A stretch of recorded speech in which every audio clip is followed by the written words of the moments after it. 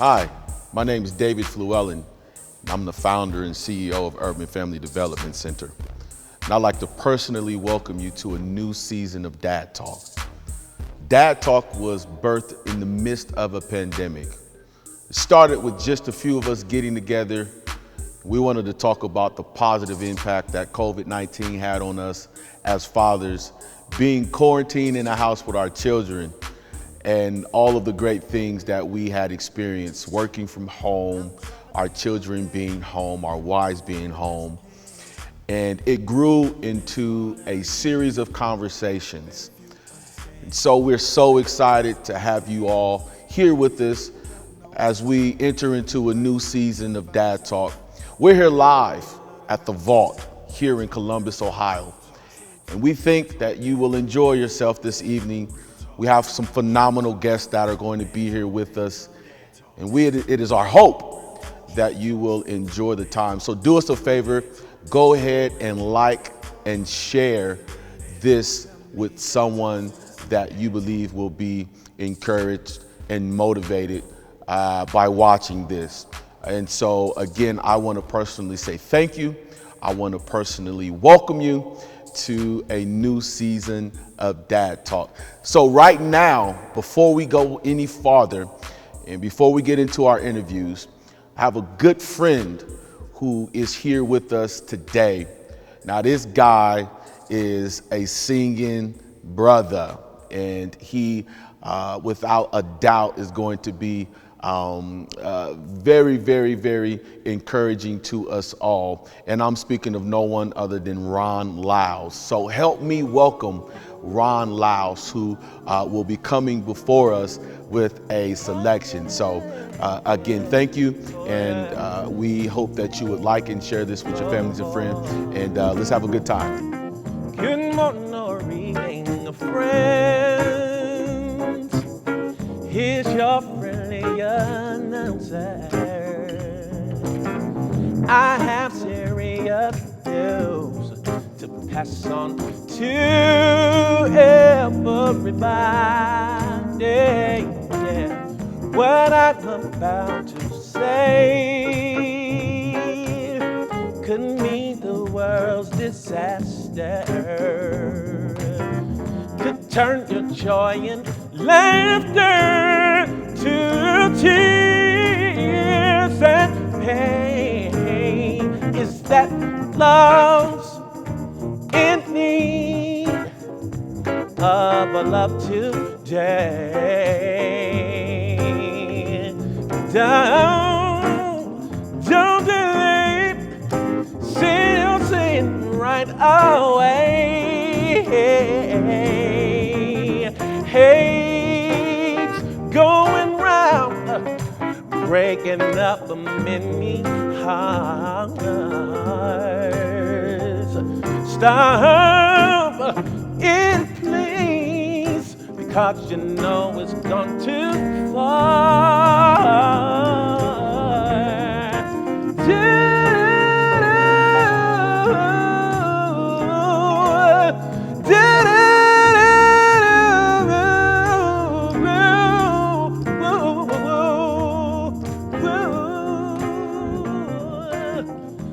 Wow, I knew you guys would enjoy my good friend and brother, Ron Lyles. Now I'm super excited to go right into a conversation with a good brother, good man who is doing some amazing work right here in Columbus in Franklin County. And this guy, I just want you all to know, is not talking, but he's actually doing it. He's not talking the talk. He's talking the talk and he's walking the walk. And that is no one other than someone who I'm very privileged to be able to know. And that's Mike Young, Pastor Mike Young. Thanks for being here with us, bro. Appreciate you, man. Talk to us, man. What is your idea of fatherhood? We want to talk about the role that fathers play in family. Yeah. Right. So let me shift it that way, because I believe that it's a tremendous role and responsibility of being a father. Absolutely. So let me back up. Was Dad around for you growing up? He was, man. You know, my dad was 42 years old when he had me. So Wow. my dad was my age now when he had me. I just had a son, so Okay, man. hey, Congrats. I'm feeling a certain kind of way. Yeah, man. And my pops, man. My pops was a shaker and a mover. Wow. You know, man. The song say Papa was Rolling a Rolling Stone. Stone, right? Man, that was my dad. And my dad did not think he could have children. Wow. Right? Because, man, he was out there doing his thing. Wow. And he had never had a child. So he wasn't sure he could have a child, man. So at 42, when I came along, I think he viewed me as his greatest assignment in life, man. So, man, him and my mother were never married, but they both made a commitment to each other that they were both going to raise me. Gotcha. And they were going to put aside their differences for my good. Wow. And man, my pops, man, he was a great dad. He was a strong disciplinarian. Yeah. But the older he got, man, he maturated into really my best friend. Wow. And, I was blessed to have my dad. He lived till he was 74. And man, just in those like kind of last 6 or 7 years, he had major health problems. We thought we were gonna lose him about 4 or 5 times. Those last 6 or 7 years, it really gave me an appreciation for who he was as a man. And I didn't know when I was gonna lose him. So what I would do is I would try to capitalize on every moment I could. I would dig into, man, the deepest conversations possible about being a father, about being a husband, about, man, seeking the Lord, whatever it was, man. Yeah. And my dad was the absolute most authentic person I'd ever met in my life. Wow. So, man, my pops was around. Dude was my best friend. Wow. Yeah. Man, you said something powerful. We live in a day and time where we experience so many fatherless homes. A big part of that reason is because mom and dad can't get together and see eye to eye on how to raise their children. But you said something. You said mom and dad set aside their differences so that they could be the best parents possible for you. And I think that that's something that our moms and dads, our families need to hear. So big ups for mom and dad for that. We got a lot of crime going on here in Columbus. Absolutely. And you're out front on that. You're very active. You are an activist, if you will. What are some of the things that we as dads, we as men can do to play a role in curbing the violence and the rate of homicides? We exceeded the number of homicides from the previous year in 2020. What can we do as men, as dads, to decrease that number right here in Columbus? And I think there's multiple things we could do. I think the very first thing is just being present. If you look at the stats show you that when a father is present, I know that's what your organization focuses upon, when a father is present, like that alone changes the course of a child's life. So I think the first thing is just being present, being a father, being a dad, and if you're not living in the same home, being present in the child's life. So I think that's the first thing. That's good. I think the second thing is not just to be present, but to be a pattern, right? I look at my dad and I look at some of the DNA that I have and some of my ways now. Man, I picked him up by watching him. And the old saying is some things are taught, other things are caught. And I look at myself as a 42-year-old man, I caught a lot of things along the way. And the third thing, which kind of goes in line with being a pattern and being present, is my father was a provider, right? I think like a lot of children don't want to get into the streets, because it's so attractive. Like sometimes it's based upon necessity, right? Like, so, man, we work with a lot of young kids. A lot of times the attraction to the street is because there's not a lot of provision or resources at home. That's good. Right, so when you got a father that's present, a father that's being a pattern, a good example, but he's also being a provider, which says, hey, son, daughter, you don't have to go pursue, resources in the streets, because I'm providing for you here at home. Right. I think that's an incredible thing for us as men to do. And then I think the fourth thing is be present, be a pattern, be a provider, but also be a protector. We have a lot of dads who want to be dad, but mom won't allow them. What would we say to a dad that wants to be involved, wants to be engaged, but mom won't allow him to be involved? Man, I think it's at least two things. One is patience, Okay. right? And I think patience is dealing with the system, right? Okay. And you got people such as yourself that are advocates for fathers Sure. who really want to have an active role. But the reality is even going through the system is going to require patience. Yes. So I think the first thing is patience. I think the second thing is persistence. Okay. Right? Man, there is not a human being on earth that could keep me from being a father to my children. Wow. Right? So I wouldn't accept any excuse. You couldn't put up any barrier. At the end of the day, those 3 children are mine. Wow. Bro, and I'm not letting nobody stop me from being a father to my children. Wow. As I said about my father, I believe the same way. My kids are my greatest assignment.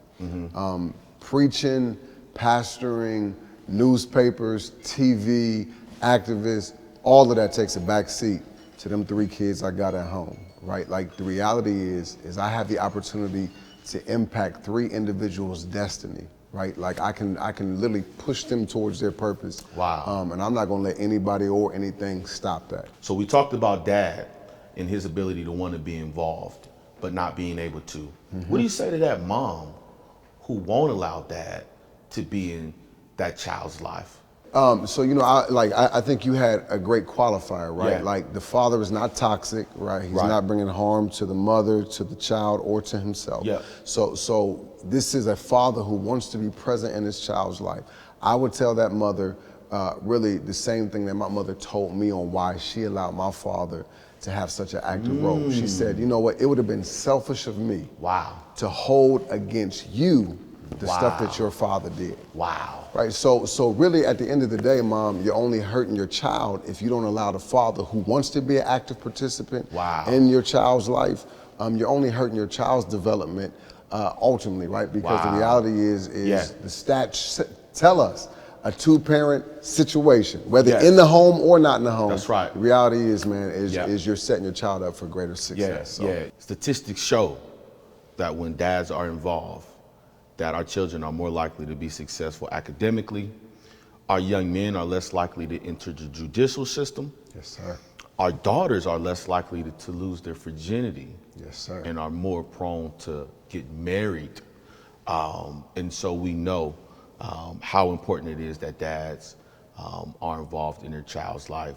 It's not about moms, not about dad, but it's about the child. So, but man, thanks, bro. Man, it's been an honor, bro. Appreciate Appreciate what you, you're doing, man. Keep building. Nah, man, keep building these men, keep mending families, bro. Absolutely, nah, man. We thank you for all the work that you're doing, man. And again, man, that true ministry, what you're doing, man. Again, not just talking it, but walking it. So thanks, man. Appreciate it.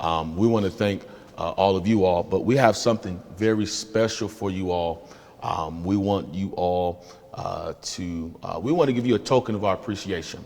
So for all of you all that are watching, all of you all that have tuned in, we want you to walk away with something. Hopefully you've shared this, you have liked, you have commented on this, and I want you to do something.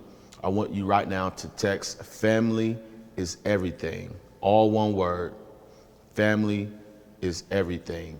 Text it to 56525. When you do that, I have something we want to give you. Good friend of mine, Eugene Partridge, wrote this book, Daddies and Daughters, The Investment That Matters. I want to give you all this book. I want to give you this book as a token of appreciation for joining us tonight and sharing this within your network. Mike, man, it's been a pleasure. Again, man, thank you, man. Keep up the great work you're doing. And we got to have you back, man. Would love We got to to. have you back this season, man. Would love and, to. And do something big. Let's do it, my All right, brother. appreciate you, man. All right, boss. Peace. Hi, I'm Justin Russell. I'm a part of the Dads to Be program. Man, this program is so amazing in my life. I can't be more thankful for this program more than anything in the world. But the best thing about this program is the community of fathers who come together as fathers trying to, raise their children better. When I hear the stories of us you know, taking time out to raise our kids and do this and we got to do that, I promise it's so much encouragement for me. I had my oldest child 16 years ago. And when I had my oldest child, I didn't even know how to change a diaper. If I'd have had this community of fathers in my life then, it would have made the world of a difference for me. So when I see other fathers in my community striving to be better fathers, it's encouragement for me. So I want to thank, you know, Dads-to-Be for everything that they've done to help us all be better fathers for our children, now and in the future. And I'm Justin Russell again, and thank you, Dads-to-Be. Wow. Wow, thanks, Justin. It's because of good dudes like you that we get to do the work that we do here at UrbanFDC and our Dads-to-Be program. So thank you. Without you, there is no us. Listen, I want you all to do something for us. Will you sign on and help us to do the work that we do here at UrbanFDC? You can help us do the work that we do just by simply purchasing one of our t-shirts or purchasing a hat or any of the apparel that you see there on our site. Anything that you purchase there at the site will assist us with continuing to support the families, continuing to support the dads and moms that we serve and the families that we serve here at UrbanFDC. Listen, we got another treat for you. A good friend of mine who I've known for some time, who's a phenomenal guy. Some people are great at what they do, others are just great at who they are, and some are great at both. And this gentleman is that. And I'm talking about my good friend and brother, Javier Sanchez, who travels the globe speaking and performing. And we're so honored and privileged that he would take the time to be here with us tonight. And he's going to come at this moment and be a huge encouragement to all of us today by way of a spoken word piece. You're gonna love this. I know this, I've heard this one before, and I asked him to come here and do it for our dads and our families. So without further ado, help me welcome Javier Sanchez.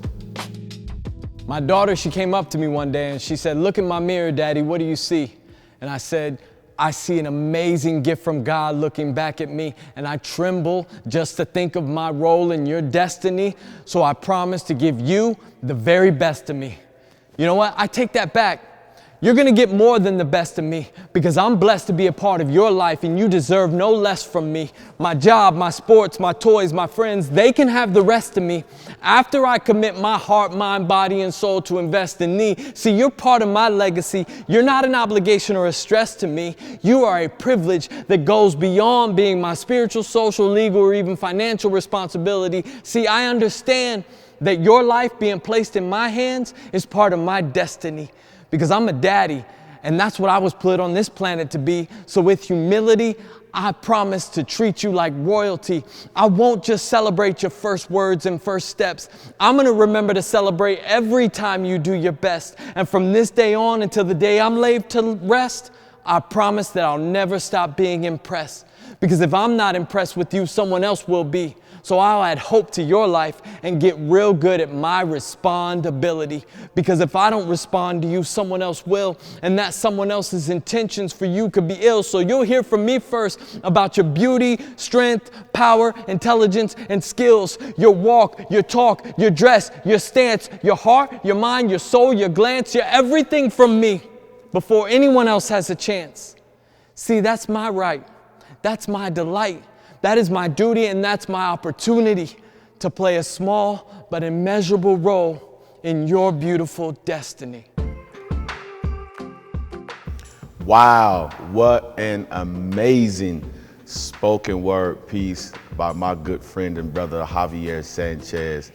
Javi has been doing it big for some time, not only locally, but nationally. So we were definitely privileged and honored to have him with us this evening.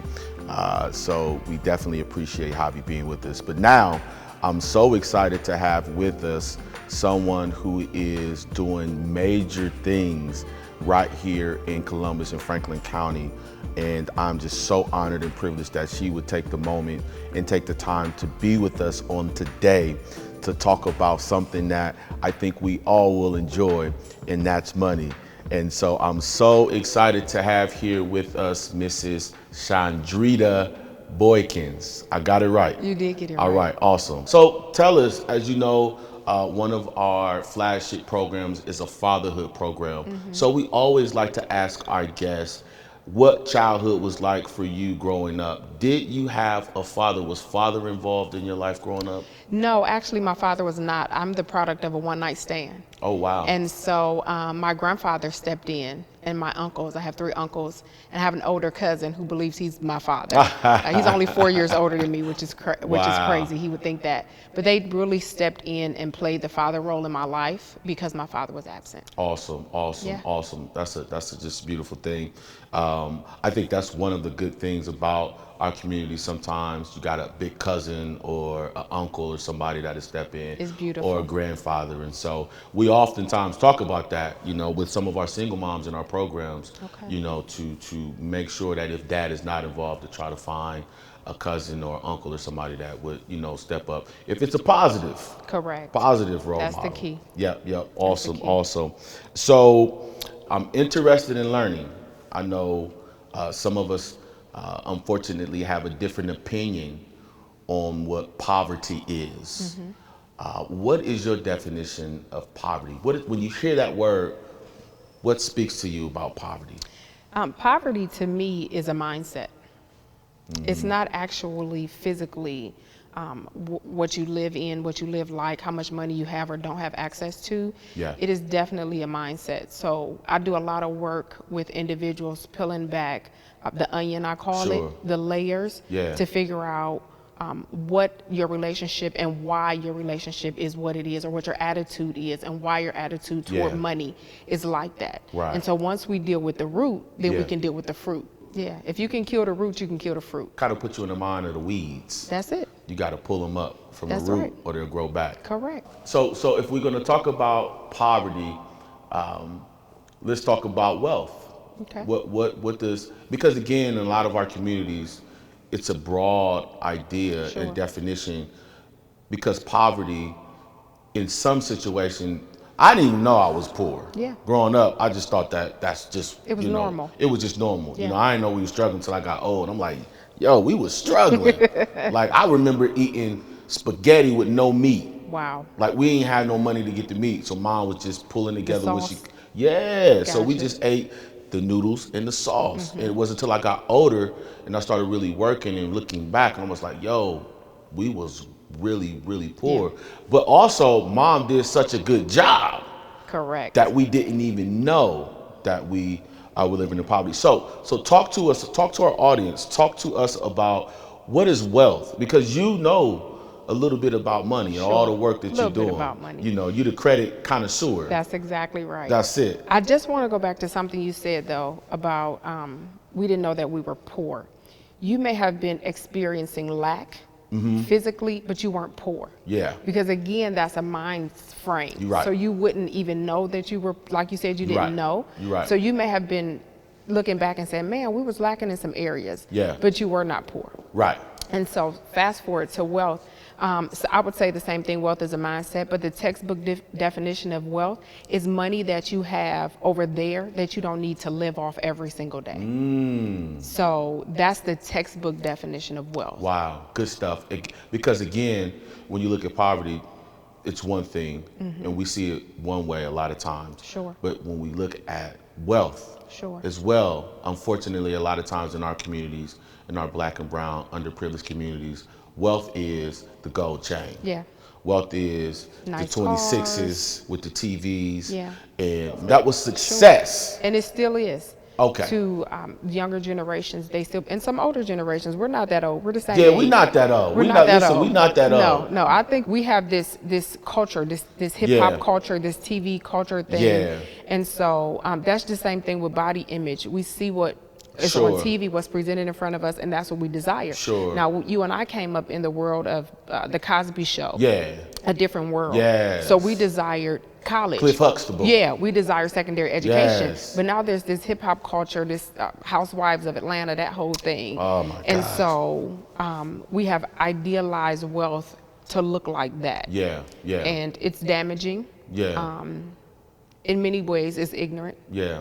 I believe in ignorance. There's nothing wrong with being ignorant. Ignorant means you don't know. Right. But there's something wrong with being stupid. Yes. Stupid means you know, Yes. but you still won't do better. Yes. My uncle say if you knew better, You do better. you do better. That's correct. That's correct. Also- Listen, education is the foundation, period. Yeah. And if you don't know better, you can't do better. And once you know better, you're accountable Sure. to doing better. Sure. And so once these dads are taught how to break that cycle of poverty, because whatever demon you don't kill, you leave your children to fight. Wow. And so if you don't kill this curse, this poverty mindset, this living in lack, if you don't kill that, then you're going to pass that to the next generation. Yeah. See, what we don't understand is when we leave this earth, or while we're here, we're going to leave something. Yeah. We're either going to leave a legacy of knowledge Right. and information, Sure. or we're going to or knowledge and wealth, or we're going to leave a legacy of ignorance and poverty.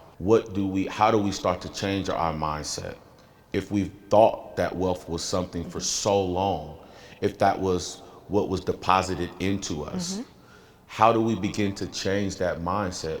You know, I have a mantra that says readers are leaders. Oh. And so I believe that books will take you places where you physically can't go yourself. Wow. And so if you can't physically go to the information, read a book. Yeah. And in our culture and community, unfortunately, my granddaddy used to say, you want to have something from somebody black, put it in the book. You know, I'm an avid reader. My father was one. That I do know about him.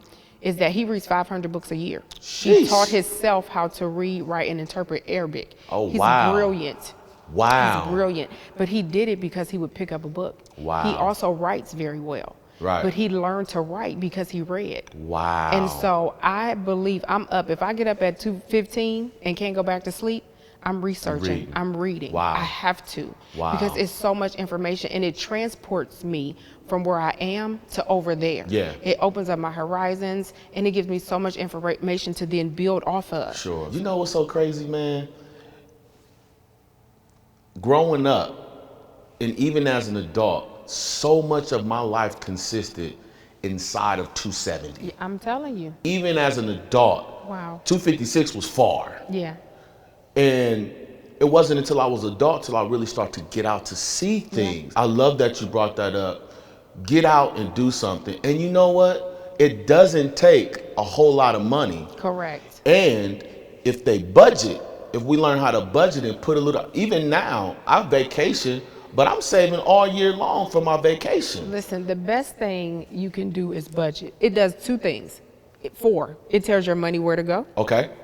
instead of you wondering where it went. Okay. And it tells your money what to do instead of you wondering what it did. Oh, wow. And so if you say, hey, money, every dime I have has a job. Oh, wow. It's employed. If it's employed, you sit over there in that savings account and you earn interest, you go to this investment and you do what you're supposed to do. You go to this account and pay bills.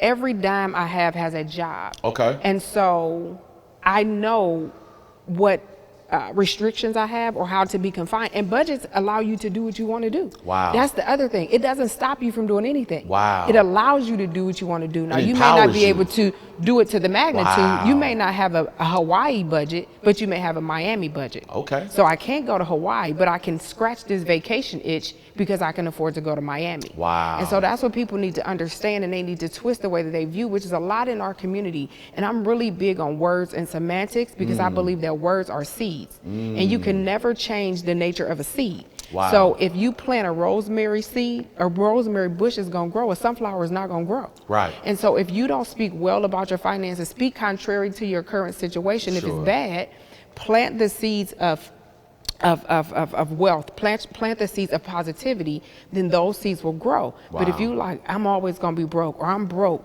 or I'm in between blessings and saying all of those things, and then somebody come along and water that, you sure are broke. Wow. Then that's the seed that's going to grow. Wow. But if you speak well about your finances, somebody comes along and says, you know what, I'm with you. I'm gonna pray Wow. with you. We're gonna fast together. I believe that's what's gonna happen to Wow. you. That's that water, and then God comes in and asks to increase. What if I don't have a lot of money?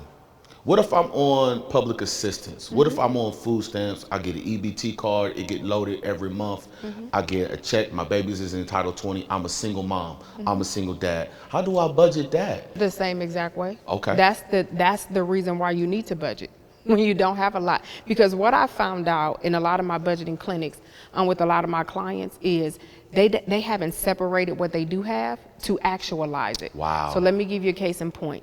If I have one account and it has everything, it's my savings account, it pays my bills, it has my income coming in, it all just looks like something in the pot. Right.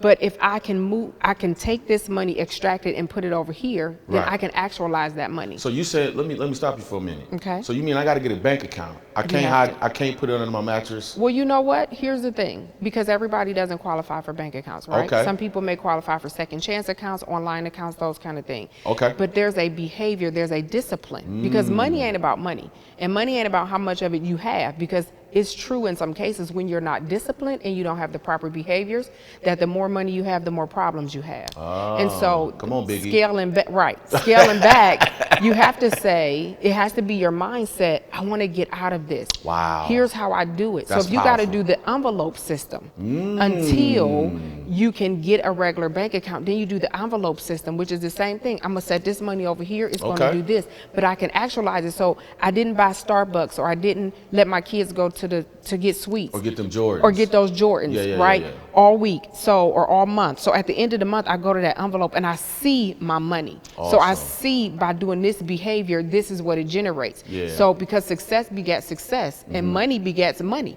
If you start gathering money, Yeah. money will come to you. Yes. It's a principle. Wow. So when you start seeing that, you're gonna be like, man, I can do this, and it's going to become addictive. Wow. And so when you have to tap into that savings account, it's gonna hurt your feelings. You're gonna really consider, do I need that thing? Yeah. Can it wait? Is it a need to have or a nice to have? Wow. And so when you determine that it's a nice to have, you're like, nope, I can set this money aside for something else, or I can wait on Sure, that. sure. And so, or I'm going to continue to do this because I budgeted for it. Right. But that's how you have to speak to your Yeah. money. So it has nothing to do with the amount of money you make. And money has nothing to do with money. Having excellent credit has nothing to do with having excellent credit. It all has to do with how big is my why? What is my level of discipline? If people want to get a hold of you, tell them, how do they get in touch with you? So listen, y'all, I'm so old fashioned. I love to talk to people. I hate text messages. I hate emails. I want y'all to call me.